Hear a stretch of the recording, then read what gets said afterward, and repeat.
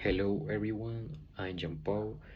Today I want to talk to you about the trunk. So, when I think about the cavity of the trunk, I imagine a central housing of life itself, divided into major compartments to protect and support vital functions. So, broadly, the trunk cavity is separated into the thoracic cavity and the abdominal pelvic cavity, with the diagram serving as the muscular floor of the thorax and the roof of the abdomen. So, let me begin with the thoracic cavity. It's bounded with the rib cage.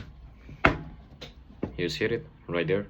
So, the sternum anteriorly, the thoracic vertebra posteriorly, so right there, and the diaphragm is a muscle right there.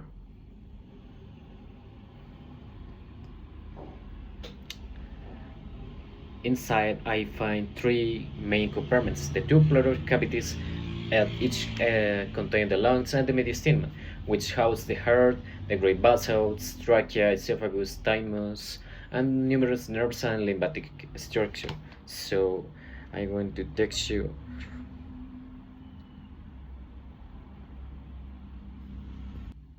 You can see it right there. The lungs. This is the left lung, right lung. Um, that compartment is the mediastinus right there, and the nerves right there, and the pleural space. The lungs are supplied by dual blood systems, the pulmonary arteries and veins, which handle off gas exchange, and bronchial arteries and veins, which nourish the lungs tissue itself.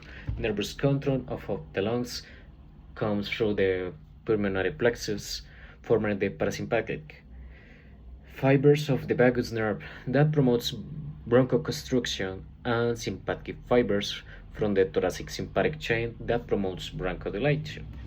Bronchodilation. I'm going to talk about muscular conjunctiva right there. No.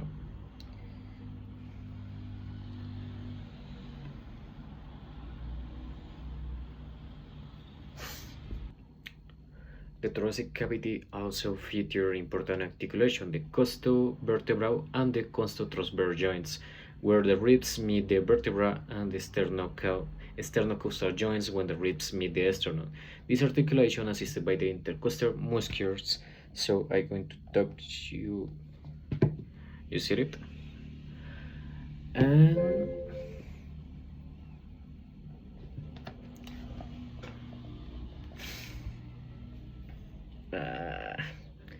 this articulation is aided by the intercostal muscles, so allow the rhythmic expansion and contraction of the chest during the breathing. So it's kind of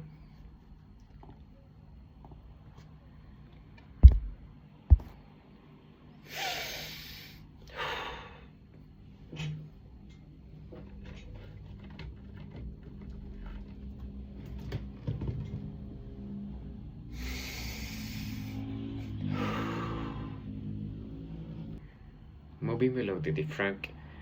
I enter the abdominal cavity, which is the largest portion of the trunk. It contains the stomach, small intestine, large intestine, liver, gallbladder, pancreas, spleen, kidneys, and the adrenal glands. Many of these organs are involved in the peritoneum right there, and each interperitoneal or retroperitoneal with the peritoneal folds such a greater or lesser augment suspending and clearing a blood vessels. I'm going to skeleton. You can see it right there. I'm going to show you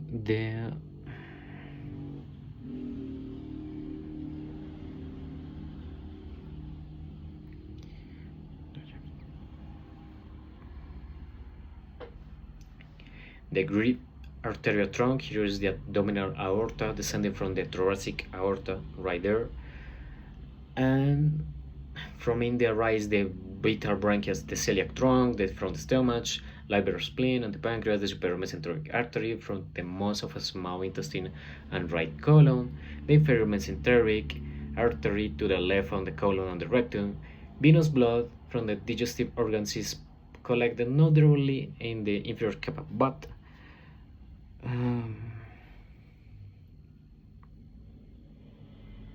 this is the inferior capa.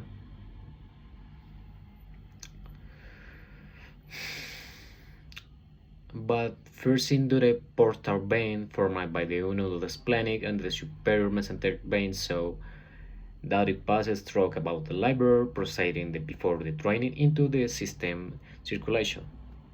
It's start right there. Kinda here.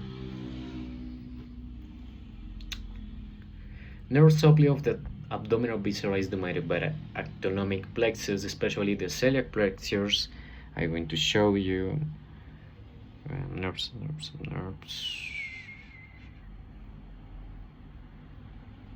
I'm going to get off the veins and the arteries.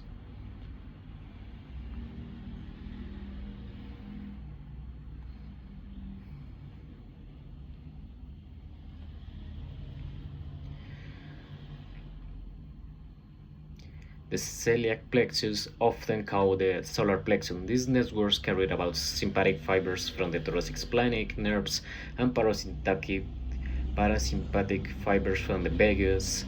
Somatic innervation of the abdominal walls arise from the lower intercostal nerves, branches of the lumbar plexus, which supply both the muscles and the skin. Structurally, the abdominal cavity depends on the vertebral column, particularly the lumbar vertebra joining the vertebral discs that permits limited movement but provides stability and weight bearing. The lumbocostal joints connects the spine to the pelvis supported by the strong ligaments. I'm going to show you right there the vert and the ligaments.